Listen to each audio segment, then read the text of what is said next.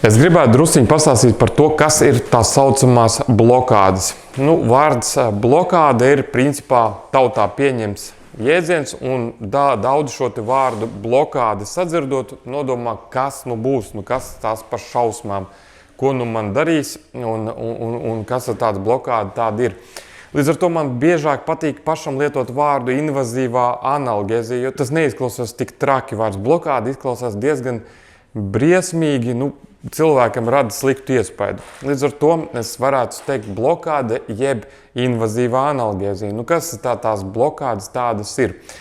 Daži cilvēki saka, ka blokāde ir kaut kāds brīnumlīdzeklis, kas viņus dziedinājis no muguras sāpēm, un tur kaut kāds dakteris kaut kad uztaisīs vienu blokādi pirms 20 gadiem, un kopš tā laika muguras sāpes pazudušas un nekad vairs nav atgriezušās. Un savukārt citi stāsta, ka blokāde ir vispār neefektīvi. Trešie baidās, blokāde tas ir kaut kāds dūriens mugurkaulā, pēc kura mani pilnīgi noteikti paralizēs. Vārds sakot, ir tādas diezgan cilvēkiem dažādas domas par to, kas tās blokādes tādas ir. Blokādes ir injekcijas, tātad šprices. Blokādēm izdarīšana ir divi iemesli. Iemesls numur 1 ir mazināt sāpes, tātad tā ir pretsāpju procedūra. Blokādi nevar uzskatīt par ārstniecisku manipulāciju, jo, lai arī kāds ir sāpju iemesls, pati pa sevi blokāde šo te iemeslu nenovērš. Blokāde var novērst sekas iemeslam, tātad sāpes, iekaisumu, bet nevar novērst iemeslu. Līdz ar to blokāde palīdz, bet nevarētu teikt, ka viņa ir kaut kāda brīnuma ārstnieciska. Tātad iemesls numur 1 taisīt blokādi ir sāpes. Neatliekamā palīdzība pie sāpēm. Un ļoti bieži dzīvē ir arī situācijas, kad cilvēkiem patiešām ir ļoti spēcīgas sāpes, un tas nozīmē, ka ja mēs ārsti zinām, no kurienes nāk sāpes, un precīzi šajā sāpju punktā ievadam augstas koncentrācijas pretsāpju un pretiekamu zāli, var panākt ļoti labu pretsāpju efektu. Un tāpēc, ka tradicionāli, vai mēs iedzeram tableti, tablete nonākot organismā, uzsūcās asinsritē un izplatās pa visu organismu, un tikai neliela zāļu vielas deva nonāk patiešām slimajā vietā. Savukārt blokāde, jeb invazīva analgēzija ir, kad tieši slimajā vietā nonāk liela medikamentu koncentrācija, kas nodrošina ļoti labu efektu. Droši vien zināt, ka blokādes ir arī dažādas. Ir epidurālas blokādes, ir fasešu blokādes, sakurīliālās blokādes, subakromiālās blokādes, trochanteru blokādes un tā tālāk un tā joprojām. Ar ko tad viņas savā starpā atšķirās? Praktiski ne ar ko. Viņas atšķirās tikai ar mērķa punktu, kur ievada medikamentu. Viņas atšķirās ar to, kas sāp. Tātad blokādes tiek pielietotas nevis vienkārši kaut kā uz dūlo vai kaut kā. Ir jāsaprot ārstam, kurš veic blokādi vai plāno veikt blokādi, ir jāsaprot, kas tieši cilvēkam ir potenciālais vai esošais sāpju cēlonis. Un tieši tajā punktā ir jāievada medikaments. Tātad visbiežāk pielietotās blokādes praksē ir tā saucamās fasešu, jeb starpskriemeļu locītavu blokādes. Kā nosaukums jau saka, tad pretsāpju zāles tiek injicētas starpskriemeļu locītavās, kas ir visbiežākais hronisku un arī bieži akūtu muguras sāpju cēlonis. Līdz ar to blokādes var pielietot gan tad, kad cilvēks ir tikko saslims, viņam drausmīgi sāp, neviens medikaments viņam nepalīdz, tātad ar šīm te blokādēm var noņemt sāpes, cilvēks uzreiz jūtās atvieglots. Otrs variants ir, kad hronisku sāpju nesāp it kā tik traki, bet cilvēks nevar, pavingrot, kas bieži vien ir ļoti svarīga ārstēšanas sastāvdaļa, ir ārstnieciskā vingrošana pie hroniskām muguras sāpēm, bet cilvēks nevar pavingrot, jo viņam sāp.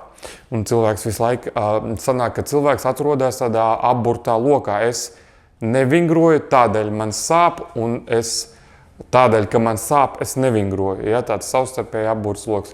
Līdz ar to arī hronisku sāpju ārstēšanā blokādēm ir vieta. Uztaisot blokādes var noņemt sāpes, un tādā veidā cilvēks atgūst spēju vingrot un tādā veidā izdziedējās. Ļoti vēl plaši izplatīta blokādes veids ir epidurāla blokāde. Kā nosaukums jau pasaka, zāļu vielas ievada epidurālā telpā. Tas nozīmē mugurkaula kanālā, taču virs cietā smadziņu apvalka.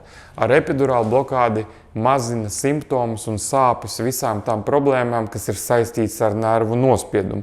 Starp citu, ļoti bieži vien epidurālās blokādes, diemžēl, tiek pielietotas nepareizi. Ja cilvēkam izdara epidurālu blokādi, situācijā, kad viņam patiesībā sāp starpskriemēja locītavas, tad efekts nebūs nekāds.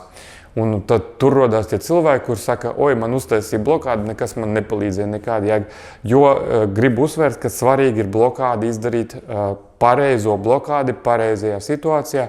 Ir jāzina, kas tieši cilvēkam izsauc sāpes, un tieši tādu blokādi, kas ir mērķēta šīs sāpes remdēt, ir jāizdara. Tāpat kā visām blokādēm ir paņēmieni, kā var veikt epidurālo blokādi gan rentgena kontrolē, kas nodrošina augstu precizitāti un drošību, taču ir arī paņēmieni, kā var veikt ambulatoros apstākļos pieņemšanas laikā, lai pacientam sniegtu tūlītēju simptomu atvieglojumu kaut kādu ļoti spēcīgu sāpju gadījumā, kad likt šim pacientam gaidīt nescik dienas uz sāpju atvieglojumu būtu vienkārši necilvēcīgi. Un otrais iemesls, kādēļ dara blokādes, ir diagnostisks. Praksē bieži vien ir situācijas, kad ārsts, un tā skaitā arī es, īsti nevar saprast, vai pacientam problēma ir no turienes vai no citurienes. Jo tie simptomi un pazīmes ir ārkārtīgi līdzīgas. Līdz ar to ir iespējams izmantot blokādi diagnostiskos nolūkos, kad man ir šaubas vai nu viena vaina vai cita. Līdz ar to mērķis ir ļoti vienkārši. Es iešpricēju zāles tajā vienā vainā un skatos, vai būs uzlabojums vai nebūs uzlabojums.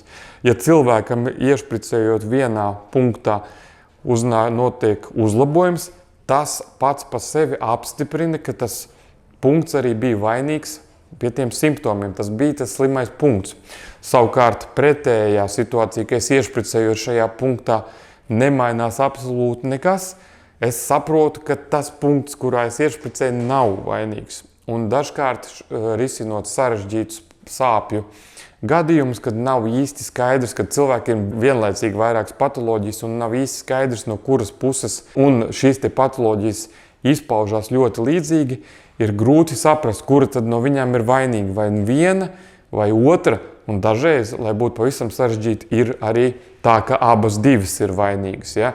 Tādā gadījumā izdarot blokādi vienā vietā, mēs iegūstam daļēju simptomu samazinājumu, bet ne pilnīgi, kas var likt domāt, ka īstenībā ir vainīgas arī abas. Blokāde ir injekcija, kas satur vairākus medikamentus.